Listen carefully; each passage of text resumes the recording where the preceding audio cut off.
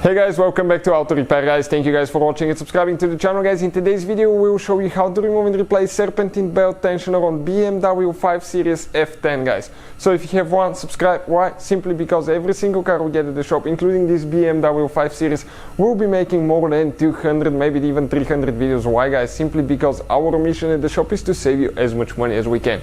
Why guys? Because our mission in the shop is to save you money guys and teach you how to fix your car for free. Take advantage. All we need in return, subscribe to the channel and like the video guys. Hopefully you will find the information helpful.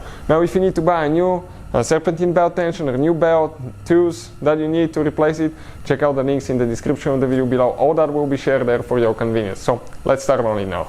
So now guys, if you need to remove and replace the serpentine belt tensioner, as you can see, air filter box is out of the way. Why? That way we can gain more room, show you better in a better angle, but practically you don't have to do that. It will give you more room, so I would recommend it. If you want to see how to remove the air filter box assembly, the video is on the channel. You can check out the playlist or check out, just search for BMW F10 air filter box assembly removal and you will find it. So once we do that, we'll continue.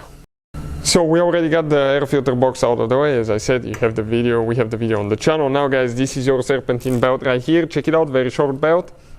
You have the AC compressor right here, alternator right there. Okay, and after that, what you have? Right here you have a tensioner pulley, tensioner pulley, alternator, tensioner pulley and crankshaft pulley.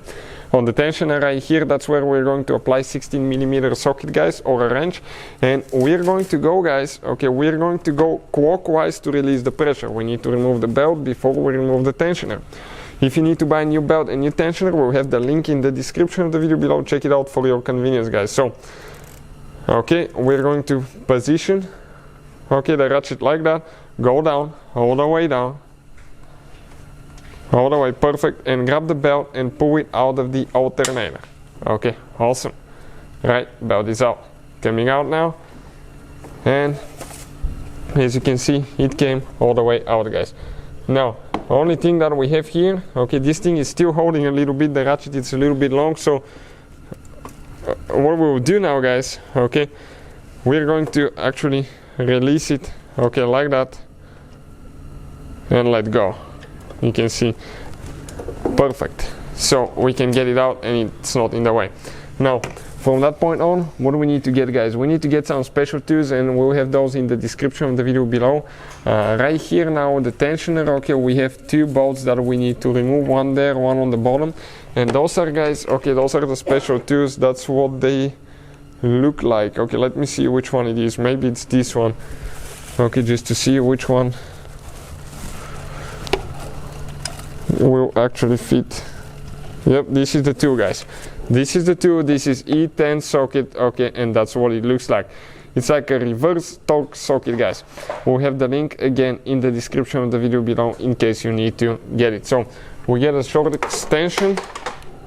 We just dropped ours, so we need to get it quick and then we'll be able to continue.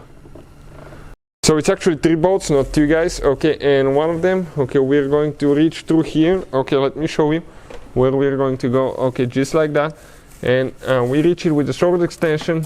Once you get it loose, they go by hand. You can just get the extension itself, without actually guys, using the ratchet. So 3 bolts that we need to remove. Now I think these are the aluminum bolts that you need to replace every time you remove the tensioner. We'll have guys, the link is in the description of the video below for everything that you need, if we find it, so you know guys, what to look for. This is the first bolt. This is very lightweight aluminum bolt guys. Let me focus.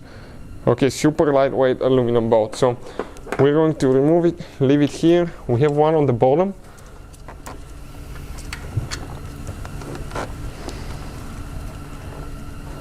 Trying to focus right there. It's underneath guys.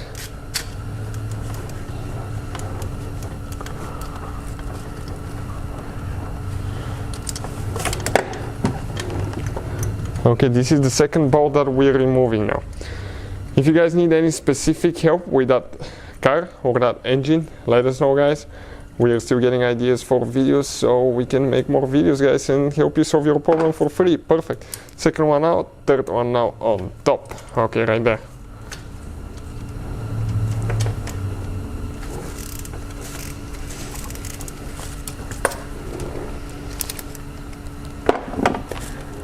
Okay, this is the very last bolt, guys.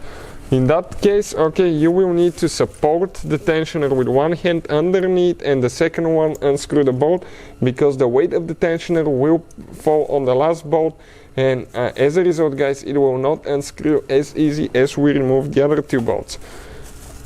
So practically you can see we're almost ready with that part.